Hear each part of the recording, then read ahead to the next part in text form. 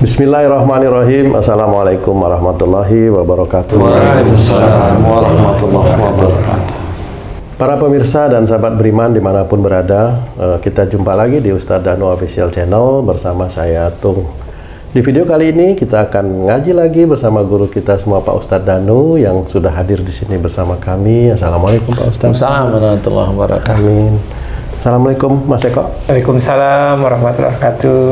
Alhamdulillah. Assalamualaikum Mbak J. Waalaikumsalam Pak Tung. Alhamdulillah. Alhamdulillah. Kali ini kita akan bertanya dan nanti akan diskusi juga sama teman-teman di sini, juga dengan guru kita Pak Ustadz Danu mengenai satu penyakit ini, Ci ya. Jadi ada gejala nih Pak Ustadz, kadang-kadang merasa enak gitu ya, enak, kemudian di lambung itu kayak perih. Saya pernah punya teman itu, tak tanya kenapa Mas, nggak enak di sini, di ulu hati saya kok nggak enak, tapi kata dokter mah gitu. Terus beberapa hari kemudian ketahuan katanya sakitnya lever gitu Pak Ustadz. Liver tuh hati. Hati ya, hati. Lah kok jadi lever? Sebenarnya itu bagaimana sebenarnya Pak Ustadz secara akhlak ya Pak Ustadz? Ya, Bismillahirrahmanirrahim. Assalamualaikum warahmatullahi wabarakatuh. Waalaikumsalam warahmatullahi wabarakatuh. Alhamdulillah, memang penyakit liver itu biasanya ya bisa aja dari virus, bisa aja dari pengerasan hati, macam-macam. Ya, analisa macam-macam. Data dari itu menurut saya kurang lengkap, tetapi secara global aja ya, hati itu dipergunakan orang itu untuk meyakini sesuatu, yakin kepada Allah Ta'ala itu memang di hati kita, yakin. Kemudian yakin dengan kitabullah, yakin, itu di hati. Nah, itulah yang sebenarnya tempatnya kita itu memahami tentang keislaman di hati. Nah, kalau ada orang yang sakitnya itu liver atau hatinya yang sakit atau rusak atau macam-macam itu, sehingga salah satunya menyebabkan mata putihnya itu jadi kuning, Iya. terus jari-jari ininya kuning. Kuning ya. Ya, kayaknya Cice pernah itu kayaknya. Iya pernah. Oh iya ya. Iya, pernah. Pucat gitu apa kuning warnanya? Kuning. Cerita sebentar Ustadz ya. Iya. Saat saya mau di rumah nih, saat saya mau biasa kan waktu itu seminggu sekali saya ke klinik Ustadz nih. Ke klinik. Silaturahim. Iya. Istri ngelihat mata saya kuning. Ayah, itu matanya kuning. Ayo kita ke rumah sakit. Wah, deg-degan juga nih, kok tiba-tiba kuning gitu kan. Akhirnya tunggu deh, mah saya ke klinik dulu, nanya konsultasi sama Ustadz, nanti kalau udah dapat penjelasan baru kita pertimbangkan mau ke rumah sakit atau enggaknya. Ketemu Ustadz di klinik, singkat cerita, Ustadz juga ngomong, itu matanya kuning kenapa sih? Gitu. Dua orang. Akhirnya ya udah, doa mohon ampun gitu. Nah, Maaf, umur berapa waktu itu Ji? ya sekitar 14 tahun ya. 50-an gitu kan. Akhirnya saya doa nih. Memang sebelumnya ada gejala air Ketuban. buang air kecil saya itu agak coklat ke kuning-kuningan gitu loh. Jadi nggak biasanya itu kan. Wah, ini nggak biasanya gitu kan. Akhirnya saya doa deh, apa yang dituntun oleh Ustadz, saya doa. Akhirnya saya coba ke toilet. Kok kencingnya normal gitu. Ini pengalaman yang luar biasa. Ya.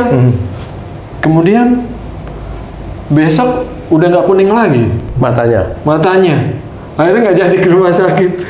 Kenapa itu Pak Ustadz? Bisa secepat itu gitu Pak Ustadz ya? Iya.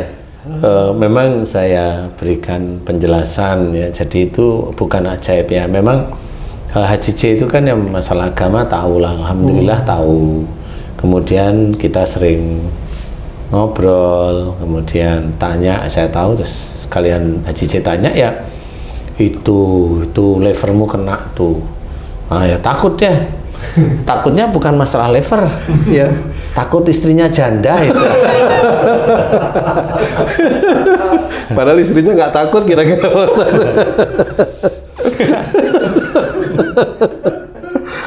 Iya. Terus ya itu kekakuannya Haji J dulu. Ya kekakuan yang mana? Ya selama ini menurut Haji J, namanya orang kan nggak tahu dirinya sendiri. Bener. Ya. Menurut Haji J itu kayaknya saya ya lembut-lembut aja sama istri. Loh, lembut apa takut itu beda Haji, saya bilang gitu. Kalau Haji bukan lembut sih, tapi juga ada takut. Nah, di titik Haji takut itulah kelihatannya lembut, padahal itu takut. Nah, kalau liver itu ada kekakuan sama emosi. Kekakuan tentang apa yang dihadapi sehari-hari. Kalau umur Haji itu di atas 50 waktu itu, ini Haji ini kekakuannya sama istri. Walaupun Haji J ini kelihatannya nurut, tetapi Haji J ini mangkel sebenarnya. Akhirnya yang ada hanya perasaan yang marah, bukan marah banget, marah bener, nggak banget tapi marah, tapi ada kekakuan. Kekakuan itu apa? Nah, itu yang dialami Haji itu sejak dulu. Jadi kalau ya bisa aja kenapa dia istriku kok nggak mau begini, itu kan jengkel lama-lama. Itu kan kesimpan bertahun-tahun. Akhirnya semakin hari semakin imannya Haji J itu, ini menurut saya ya, menurut saya imannya itu baik di hadapan Allah. Nah penyakit itu mulai dimunculkan oleh Allah Ta'ala, dimunculkan. Alhamdulillah ketemu dengan saya, ya karena sering ketemu ya Ci ya waktu itu ya. Ya saya udah mohon ampun kekakuan, dongkol itu loh, nyimpen marah sama istri, hanya itu aja tok. Di sini nih, jadi sudah kalau istri udah nyuruh tuh udah enak dulu, udah ngerti, ngerti Ustaz ya, ya sudah. Jadi kalau istri nyuruh itu udah enak dulu, walaupun dikerjain, ngerti nggak? Ngerti, emang begitu nggak? Iya sih, ya sudah ketemu, udah mau ampun aja. Gitu. Haji di sini ya tunggu mau ampunnya terus-terusan. Marah dipendam sama marah dikeluarin sama nggak Ustaz itu Ustaz? Beda. Oh beda. Beda. Kalau rata-rata kalau lever itu biasanya marahnya diem. Jadi lever itu biasanya dipunyai oleh orang yang agak pendiam. Oh, agak pendiam ya. Enggak 100% sih, enggak, tapi 50% lebih orangnya pasti diam. Pasti ya, 50% itu pastinya di situ ya. Kalau orang yang wah levernya jarang. Wah itu jantung, kalau laki, kalau perempuan itu ya nanti bisa kanker gitu. Di umur-umur Haji J ya, di umur-umur segitu itu ya begitu. Kalau lever ya itu suatu yang diyakini tapi ada emosi, ada kekakuan. Diyakini apa ya itu? Marah yang disimpan itu diyakini oleh Haji J, saya benar. Tapi nggak ngerti kalau dijelasin, oh ya salah juga ya saya ini. Yang diyakini benar. Jadi mikirnya sabar gitu. Di ini sabar, tapi itu bukan sabar ya Ustaz, karena dia dongkol gitu. Nah, pengertian Haji J waktu itu barangkali beliau bilang sabar, tapi kalau saya bilang itu bukan sabar, itu diam namanya. Tapi alhamdulillah Haji J enggak. Memang beliau memang kelihatan diam, tapi ya diam. Akhirnya mencoba, ya memang betul. Besok itu ketemu lagi udah enggak kuning. Alhamdulillah udah paham seperti itu. Yang ditakutkan kalau istrinya janda itu aja. Itu aja yang ditakutkan. Masih belum ikhlas gitu loh ya Ci. Ya nggak apa-apa sih namanya cinta, ya nggak apa-apa lah. Namanya suami istri emang seperti itu. Jadi intinya lever itu adalah kemarahan dan kekakuan dan keyakinan yang salah jadi satu di sini. Insya Allah itu jadi liver dan tidak memandang orang itu muslim atau non muslim, nggak memandang. Selama insya Allah orang itu begitu, dia akan punya kans untuk terkena liver. Lever itu sakit hepatitis sama ya Ustaz? Ya itu di liver gitu aja. Di hati hepatitis itu ya tempatnya. proses ininya di hati, tapi kan pelebaran virusnya di darah sebenarnya. Tapi hampir mirip, hampir mirip. Jadi penyakit liver atau hepatitis itu hampir-hampir mirip aja sih. Tapi kita harus pahami bahwa liver itu adalah kekakuan hati. Jadi awal dari orang yang kolesterol itu kan biasanya orang kolesterol itu kan orangnya kaku. Bisa ngeyel, bisa diem, tapi kalau dikasih tahu nggak mau gugu itu apa ya? Nggak mau, iya nggak percayaan sama orang. Ya, jadi yakin dengan keyakinan sendiri. Itu kolesterolnya tinggi walaupun dia diem, walaupun nggak cerewet. Kolesterolnya tinggi. Nah, kolesterol tinggi ini kalau dia naikkan lagi dengan emosi, dengan marah untuk meyakinkan bahwa yang diyakini benar, nah itu nanti bisa menjadi asam urat bisa menjadi liver. Itu menjadi satu aja titik-titik itu. Kalau asam urat nanti ke kaki larinya, ke kaki, jempol, ke mana sendi-sendi itu. Tangan mungkin juga sama. Tangan tergantung dia kemana istilahnya. Maaf Pak Ustadz, kalau yang seperti Bang J ini kan sempat mohon ampun kemudian terasa enak gitu. Apakah itu bisa berulang lagi sakit yang seperti itu Pak Ustadz? Bisa kalau haji itu mengulang lagi kesalahannya. Tapi selama ini beberapa tahun ini kayaknya nggak kuning, berarti ya nggak mau ngulang deh. Iya. Karena satu prinsipnya dia nggak ingin istrinya jadi janda, dia nggak mau ngulang. Jadi haji nggak mau ngulang. Dia bersyukur punya istri. Jadi dia nggak mau ngulang akhirnya. Alhamdulillah lah. Ada motivasi ya Ji ya. Alhamdulillah. Ada motivasi ya Ji. Ji, aminin lah. Aminin hanya motivasi Ji. Ustadz, saya mau nanya, tadi Ustadz bilang hati ini tempat keimanan, keyakinan kepada sesuatu gitu, terutama dalam beragama. Nah, kalau hati berbentuk fisik nih, liver ini rusak, apakah ada kaitannya dengan keimanan orang rusak atau enggaknya, Ustadz? Jadi gini, iman seseorang itu kan macam-macam ya. Jadi kayak orang yang sering sendawa. Itu dia ada keyakinan yang sering amalan itu dia yakini bahwa amalannya yang dia amalin itu bisa begini, bisa begitu, bisa. Nah, itu adanya di ulu hati sini. Dan itu berhubungan kalau amalan itu berbenturan dengan makhluk lain, dia akan bereaksi. Seperti itu. Kompleks ya. Dan itu sama, itu diyakini. Amalan itu padahal itu hanya amalan. Belum tentu amalan itu diajarkan oleh Rasul. Nah, amalan ini apa? Sesuatu yang dibaca untuk duniawi, yaitu amalan. Tapi kalau sesuatu dibaca karena Allah, enggak, itu memang nanti pahala. Nah, amalan ini tetap berdampak ke dalam tubuh manusia, berdampak.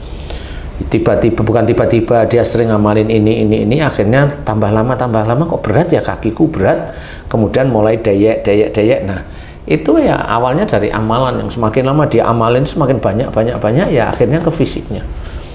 Seperti itu. Nah, itu di hati. Apapun bentuknya kalau dia yakini itu di dalam hati. Nah, kalau iman itu ya di hati menurut saya, keyakinan itu di sini. Nah, iman seseorang itu kan beda-beda. Apakah yakin bahwa seseorang itu sholatnya tertib, sholatnya selalu berjamaah tanpa henti, kemudian dia dianggap imannya kuat pada Allah Ta'ala? Wallahu a'lam, kita nggak tahu. Kalaupun dia kena liver, nah kan ketahuan dia. Kan banyak orang yang seperti itu. Keyakinan itu jelas harus benar. Kalau amalan ya harus difikirin dulu. Jangan umpamanya ada orang ngomong amalin ini ikut. Nah, besok kalau ada masalah, nah kan bingung karena banyak sekali saya melihat dari pasien-pasien ya begitu ya, memang bingung akhirnya. Nah, sembuh nggak kamu diginiin? Enggak Pak Ustadz. Digituin berapa bulan sekali, hampir setiap hari saya digituin, bacain maksudnya. Sembuh nggak? Enggak.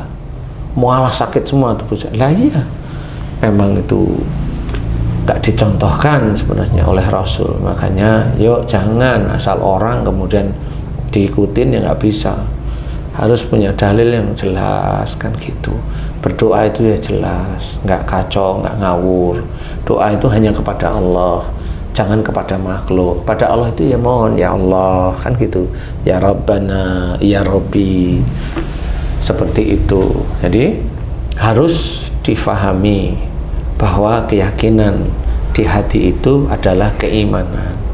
Nah, keimanan seseorang itu ya bisa rusak walaupun dia sholat, walaupun dia iman kepada Allah, walaupun dia iman kepada malaikat, pada nabi, pada kitabullah. iman kepada qadar dan juga iman kepada hari akhir. Tetapi kalau memang dia keras, kaku, dia dalam syiar itu ya kaku, keras, maunya sendiri, itu kan egois namanya. Walaupun dia tahu ilmu agama, itu kan egois. Karena ilmu agama tidak menyuruh egois. Kenapa? Kenapa kaku? Yang memberi hidayah kan Allah, bukan kamu. Kenapa kamu memaksa? Gitu. Dan kalau orang nggak suka sama kamu, bukan nggak suka, orang itu agak kurang ini sama kamu, kamu jengkel. Kamu gimana nggak kaku itu namanya gitu. Kalau seorang mengetahui agama ya harus belajar luas. Hati itu luas. Diomongin apa ya tenang aja, santai, nggak usah terlalu dipikirin. Nah inilah yang namanya dia hatinya lembut. Nah, seperti Rasul dimaki juga nggak pernah marah.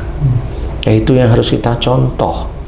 Bukan kita ngaku-ngaku umatnya Rasul, orang nggak apa-apa, akhirnya kita gibahi lah kan. Yang kita gibahi malah saudara kita sendiri lah, ngapain? Nah, akhirnya itu kan menjadikan keyakinan kita terhadap Allah kan mulai berkurang. Keyakinan kepada Allah berkurang, keyakinan kepada kitabullah berkurang, keyakinan kepada Rasulullah Muhammad SAW berkurang. Semuanya berkurang akhirnya. Ya akhirnya apa? Rusak.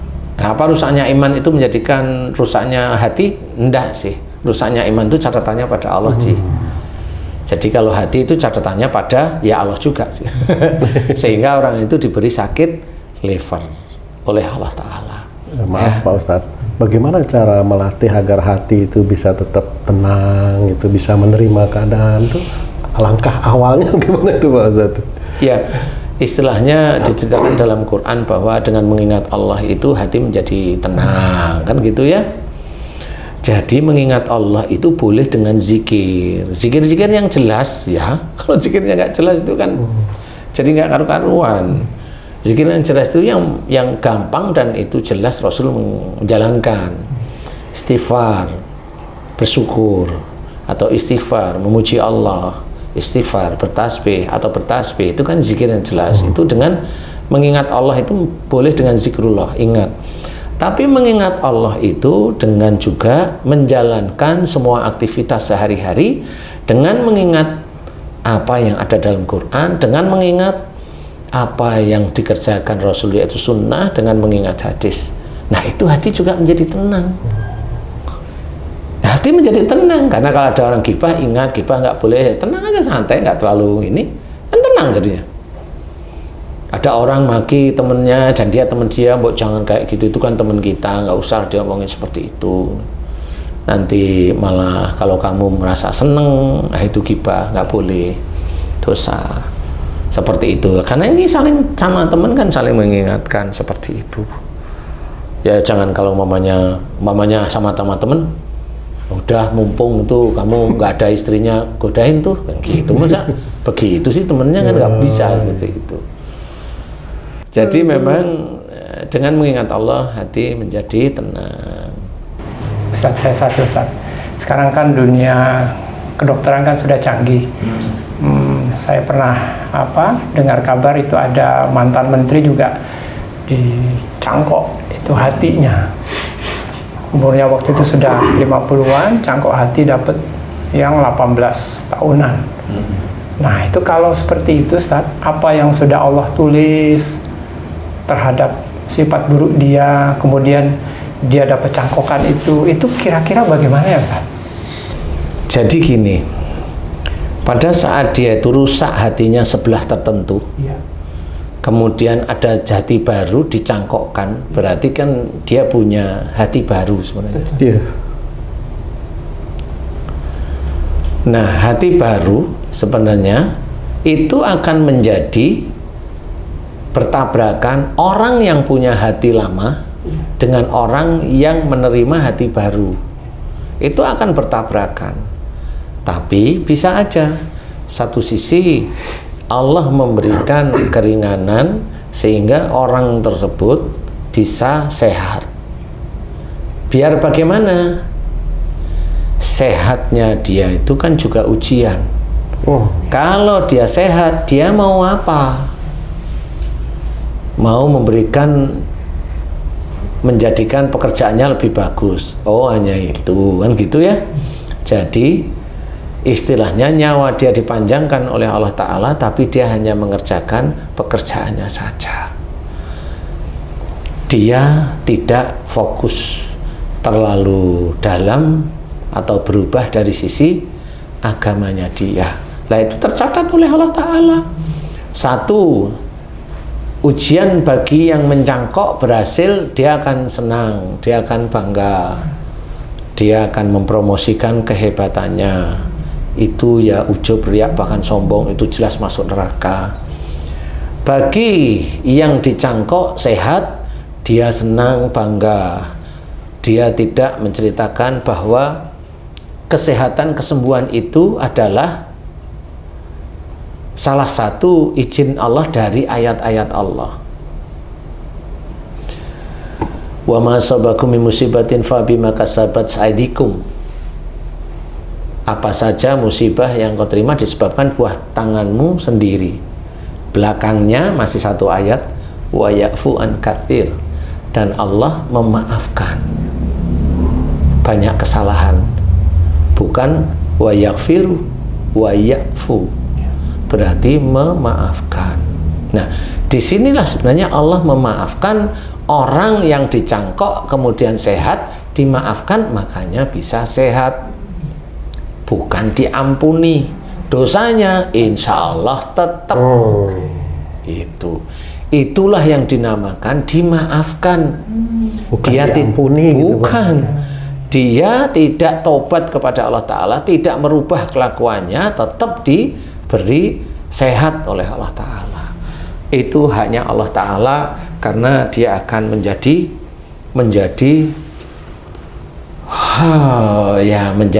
ujian bagi yang lainnya. Antara orang yang hatinya mau dicangkok itu dia langsung pergi ke negara Cina, barangkali itu biasanya di Cina sih ya, barangkali loh ya, saya nggak tahu. Atau orang yang ketakutan bagaimana. Nah, kita dari sisi syariat ya kita harus belajar kembali ke jalan Allah. Belajar kalau bisa jangan terkena liver. Bagaimana caranya? Jangan kaku hati. Jangan berasa yang kita yakini itu benar kalau tidak ada dalilnya. Kalaupun kalau ada dalilnya pun kita cukup benar itu dalam hati. Jangan sampai menjadikan tabrakan dengan saudara-saudara kita yang lain. Tabrakannya apa? Bertengkar. Karena merasa semuanya punya dalil. Lah, akhirnya bertengkar. Nah, itu mending kita yang diam. Yang diam itulah yang mulia di hadapan Allah Ta'ala. Nah, seperti itu. Jadi belajar untuk jangan kaku hati, jangan emosional, jangan marah, kemudian jangan yang diyakini bahwa itu belum tentu benar diyakini benar. Nah, itu nanti bermasalah, insya Allah bermasalah. Wallahu a'lam. Baik, terima kasih banyak Pak Ustadz penjelasannya. Jadi tidak serta-merta dengan hati yang baru imannya juga menjadi baru. Seperti itu, kalau dari sana kan ngerti imannya bagaimana. Ya nggak bisa. Masya Allah, Masya Allah. Makanya itu juga iman itu kan didapat dari dia melihat atau dia mendengar, kemudian dia berpikir, diyakini, kan seperti itu. Sama kalau dia imannya tentang hartanya kuat, dia melihat, dia berpikir, dia kerjakan, dia ada hasil, diyakini bahwa kekayaan ini dari saya. Nah, itu kan jadi dia itu Tuhannya ya kekayaannya itu. Makanya imannya tetap jebol di situ. Makanya kita jangan. Ya, kalau alam. Baik, terima kasih banyak Pak Ustadz penjelasannya. Terima kasih banyak Mas Eko. Bang Ji, bagus pengalamannya, mudah-mudahan bisa dicontoh nanti untuk kita semua. Amin, amin. Para pemirsa dan sahabat beriman, demikian tadi ngaji kami dengan guru kita Pak Ustadz Danu. Mudah-mudahan apa yang kami sampaikan kali ini bisa bermanfaat untuk meningkatkan keimanan dan ketakwaan kita kepada Allah Subhanahu wa Ta'ala. Kami pamit, sampai jumpa di video yang lain. Wassalamualaikum warahmatullahi wabarakatuh. Waalaikumsalam warahmatullahi wabarakatuh.